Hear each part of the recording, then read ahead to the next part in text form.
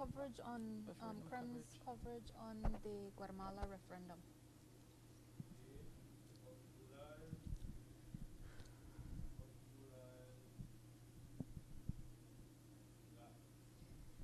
Good morning, Belizeans at home, and for those who would be tuning in abroad, welcome. This is Krem's coverage of the Guatemalan referendum for today's date, Sunday, April 15, 2018. We are live in Guatemala, Guatemala City, and our team comprises of Evan Modes Hyde as our cameraman. We want to thank him for serving that function. Yaya Marin Coleman, who is going to be joining me throughout these reports that we will be filing for the day today and until the last vote is counted, as we normally say. It's a poll, and we want to start off first of all with a definition of what a referendum is, and for that I'm going to turn it over to Yaya Marin Coleman. Good morning, Belize and Belizeans. Then a referendum is, and I got it offline. It's a noun, a general vote by the electorate on a single political question that has been referred to them for a direct decision. The synonyms are popular vote, vote, or public vote. So now that we have one the idea of what referendum mean, I think one of the things I would want to know, Marisol, because I really don't know, is or maybe you would like to frame why there's a need for a referendum, and then I wonder if the question that is same for whether Guatemalans they want to get asked today, and when Belize has a referendum, if it'll be the same question. All right. I need to try and find the actual question because it's going to be important for everyone to hear and be reminded of the question that's going to be asked. While you're looking for that, Yes. while you're looking for that, Marisol, I asked Marisol because I didn't know. Guatemala has had two referendums before. We arrived in Guatemala on Saturday morning, and the journey was good. The energy has been good since we got here. The weather is nice and sunny this morning, and also no sun out yet. It looked kind of overcast. Yesterday, we had an opportunity to, one of the reasons why we come early, for the Pani Street, with the Sun Street interviews. So definitely encouraging you to continue to stay lucky in to Creme FM radio and Creme television. I'm going to post as much as I could information on Sunday Review Facebook page as well. So this is definitely a station, a choice for Lakinto. Having Marisol being bilingual, of course, has been a big asset. And so we were on the streets yesterday doing some street interviews, and we'll speak about that in more detail. In this segment, you can also look forward to us discussing, let me look at our agenda, the number of registered voters. We'll discuss expected voter turnout, share some of the street feedback from our interviews yesterday, and why it is so important for Belizeans to tune in, because there's a lot that we can learn from this experience that will be useful for us. Not that we're thinking of duplicating anything or everything that the Guatemalans may do in this referendum, but it's also an opportunity for us to observe and learn from the choices that they make in this referendum. You found what you're looking for, Marisol? But we're going to come back to that. What we're going to share at this time will be some statistics that have been provided in relation to what's going to go down or what's possible in today's vote. And yesterday, the Supreme Electoral Tribunal of Guatemala, they held a press conference where they shared these numbers. So these come specifically from them. Would that be the equivalent to elections and boundaries? Yes, Elections and Boundaries Department. So the total number of registered voters is 7,522,920 voters. And the last time we checked, the population of Guatemala in its 22 departments is around 17 million people. Quite a lot. Belize, of course, Belize's population is dwarfed compared to that, right? And they have a breakdown based on the male female registered voters. Females are more, 54%, 46% are males, and the breakdown for that is 4,063,373 female voters, and for the males, it's 3,459,547 voters. Interestingly, yesterday they also shared the numbers for registered voters between the ages of 18 and 35. And I know you have a note you want to make in relation to that. They're saying that that segment of the voting population is 41%, not the majority. So it means that those older than 35, in fact, make up the majority of registered voters. And I'm going to give you back the opportunity Well, no, to we share. could, I told, oh, I've known Marisol shared this morning when we had to drink tea. We had good tea this morning. We had stayed up for a couple hours away on the boat, so we have to make sure we stay hydrated. And we eat good, cause empty crocus bag can't stand up. And Marisol shared earlier this morning when we have breakfast that over 42,000 police, traffic officers, and military personnel will not be able to vote. Marisol. That information was in fact shared by the elections and, well, the Supreme Electoral Tribunal. She said they are not eligible to vote specifically, and the reason for that is their um, jobs, what they do, military, police, and traffic officers. So I think that's very interesting to note. But to go back to the question about the age I was of the looking. voting population, it's been reported previously Oh, that at some let point. me share it. All I right. mean, then you could put that in context. I got it. It wasn't my idea. I got it. Someone posted on Facebook. The referendum in Guatemala started. Predict a low turnout. Mostly voters 40 years and over. And when I read that to you, you said what, Marisol? Well, it's been stated by the former foreign minister of Guatemala, Carlos Raul Morales, that in the 80s, lower down toward the end of the 80s, they stopped teaching the Belize Guatemala issue in schools. That was something new for me because my understanding was that this was still being taught, but he's saying no. And so he says that the younger population, therefore, as a result of that lack of education within the formal school system, Or miseducation. feel that the cause is lost, whereas the older population that's being inculcated with this Belice es nuestro idea, they would be voting in a certain manner because in their view they know more about the entire issue. So that was just a point to note, and again, it will be interesting. Yesterday, in an interview that we had with the Belize ambassador to Guatemala, His Excellency Alexis Rosado, he was sharing that the the voting population, it's the majority that conforms the voting or the population in general in Guatemala, he's unsure if the education campaign reached them. And we're speaking specifically to the indigenous population in Guatemala. And that's interesting because I was seeing on Facebook, but I never saw anything formal, like any formal media reporting officially on that aspect of the entire situation, because I know that on social media there were some indigenous groups who are saying they consider this entire thing that's happening unfair because it kind of tramples the rights of the indigenous populations in terms of communal land ownership in Belize.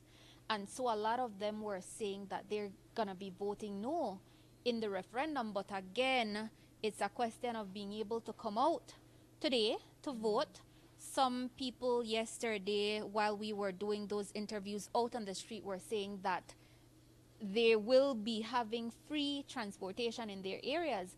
But for instance, when the Guatemalan president, Jimmy Morales, was in Petén last weekend, There were people who got up to speak during a question and answer segment and were saying, we don't have any transportation to go to the polls because you're not voting for a president. This is a single yes or no vote on a specific issue.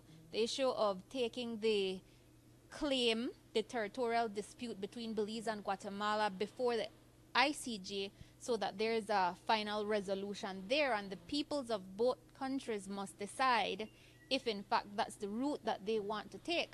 Of course, the leadership of both countries, the governments have decided that this is it. If you listen to the interview that we conducted yesterday with the Belize ambassador here in Guatemala, and as you've been hearing our foreign minister say forever, is the current foreign minister say forever, is that we want this to be resolved in at the highest court, because we've already tried all other options. You've had negotiation, there's been mediation, all of that has failed over decades that we've been at it. This is a claim that's over 150 years old, so that's what the Guatemalan people are being told. This is a historic day. You're going to get the opportunity to decide the future of the country, because it's in their view and in some of the people's view, it's whether Guatemala will be getting a piece of Belize. They're claiming from the from the Sibun down to the Sarstone. So I saw something on Facebook that said they're actually using the George Price Highway as the boundary as opposed to the Sibun River. I do not know if it's true.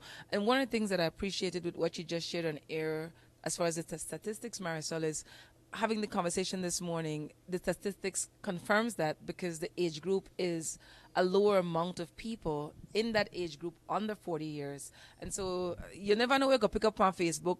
That's why, what everyday people say has validity. So yeah, perhaps you can go on to share what was the feedback we were getting from our interviews that were conducted yesterday. The majority who we spoke with are saying they're going to be voting yes.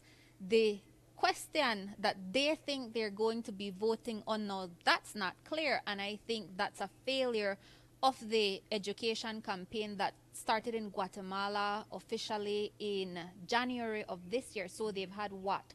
Less than 4 months of this education campaign, call it a full 3 months. That could be on purpose, as some other people would look at it, definitely. But feedback from what the people on the ground were telling us yesterday, yeah. Well, there were two things. Not only were they unsure of the question, they were unsure of what is the whole purpose of the referendum is for. And so one of the interesting things that we observed as well is that there were more males who were willing to grant interviews than there were females who were willing to grant interviews. And it's not because we didn't try. I mean, we would hustle. Marisol would be on the sidewalk. Mose would have the camera ready, and I would say, Marisol, two approaching from behind, one from the front, and really, she made she really tried, and so, and the one of the sentiments that was shared. We have the question. You have the question. Because let me read it. So this one's in English, but the question that the Guatemalan people, based on the fact that their official language is Spanish, is going to be the Spanish equivalent of this question. Whenever we go, this is what we're going to be asked to vote on. And the question is, do you agree that any legal claim of Guatemala against Belize relating to land and insular territories and to any maritime areas pertaining to these territories should be submitted to the International Court of Justice for final settlement, and that it determines finally the boundaries of the respective territories and areas of the parties? So that's the question. And that's the very same question Belizeans will be asked. Yes. Yes. As agreed upon by the leadership of both countries in the December 2008 special agreement, that's set in there what the question would have been. And there are issues relating to the actual wording that some people have put forward, but this is the question. And I guess we could talk about that in another segment because the framing of this conversation is just as important and it's a learning opportunity for us as Belizeans. And so, do you want us to kind of touch on that Well, now I or no, I would want us to focus on what the people shared the yesterday, and there experience? were two main themes that seemed to come out as to what people believed they would be voting on today. So, Well, one of them that I can recall yes. is that some people felt that the purpose of the referendum was to ensure that that Guatemala would either strengthen or continue to increase trade with Belize. Yes. And so that was. Marissa, what are your? I don't remember because I don't understand what the people understand when they're talking in Spanish. Did you have any facial reaction when you first heard that thought? I don't know what my facial reaction would have been, but I certainly thought it interesting because you have this education campaign ongoing on television, at least based on what we've been hearing so far. Television, newspapers, and then you have the president going out and holding these public meetings of sorts. And it's clear that a lot of people are have not been reached as part of this education campaign that's ongoing. And so yesterday in our interview with the ambassador, we asked him, well, is this a flawed process that you are not reaching a large number of the population, and so when they go tomorrow to vote, that's when they're going to be seeing the actual question, reading it for the first time in some instances, because you're hearing people say that as one thing, and you're hearing other people say that, oh, this is to get back Belize. It's not about taking it to the ICJ, the claim before the ICJ for final resolution.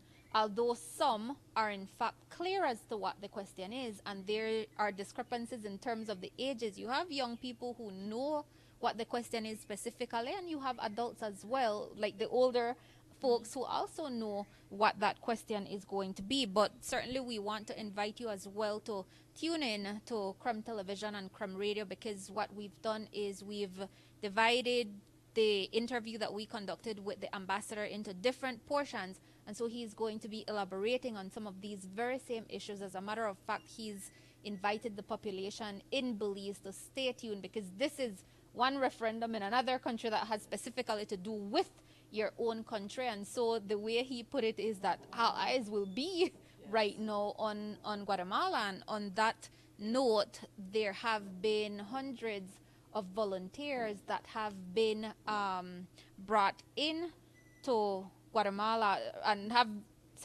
are in Guatemala and who volunteered. You have students, different people who have decided that they are coming to assist with the process, especially with such a large population. And then you have international observers as well who are coming in uh, to assist with the process and observe. So Mr. Rosado, His Excellency Alexis Rosado, is saying, up until the last vote is counted, they're going to be paying attention. And of course, we want to invite everyone in Belize to stay tuned as well.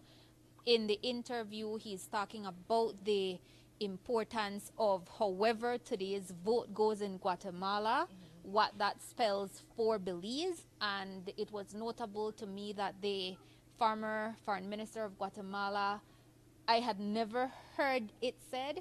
He came out and said that, in a sense, the reason why Guatemala asked for the special agreement to be amended back in May of 2015, that's when the actual amendment was done. But why Guatemala asked was, in a sense, to force Belize's hand, because if Guatemalans vote yes, what they're going to be presenting on an international scale is telling the people out there that Guatemalans want peaceful resolutions to disputes, nothing violent. And so, in a sense, that's changing the narrative of what's been perceived of Guatemala, its violent history, the violence against the indigenous communities, etc. So what he was basically saying is that if the Guatemalan people vote yes, Belize will be hard pressed to vote yes as well. And so when we asked the ambassador that, he said, I don't think it was a case where they were doing that. It was rather a situation where both of us had decided that it was not really feasible to do the referendums on the very same day, that it would be easier. It's better for Guatemala to go before us, that sort of thing. Some points I want to mention based on what you're sharing, Marisol. Is it fair to say that the majority of the population, that over 17 million Guatemalans, are indigenous people? Is that an accurate statement to make? That the what? The majority of the population of Guatemala are indigenous people.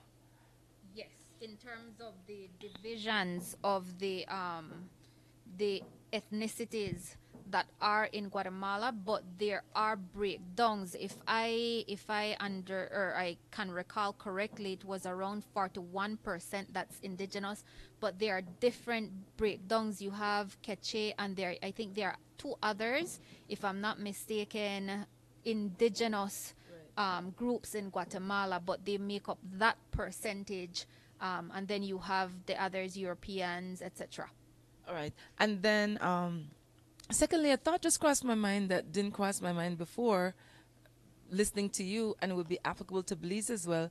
And that is, what percentage of the Guatemalan population are considered literate or able to read? Because if you're a struggling reader or you're unable to read and you go to the polls, how can you read the question or understand it? That was it's a very important question, because I thought of that while I was sharing about going to the polls, and you're reading the question for the first time. But unfortunately, I don't know the actual figure of the literacy rate in Guatemala, but I think it's something to watch. I mean, you go to the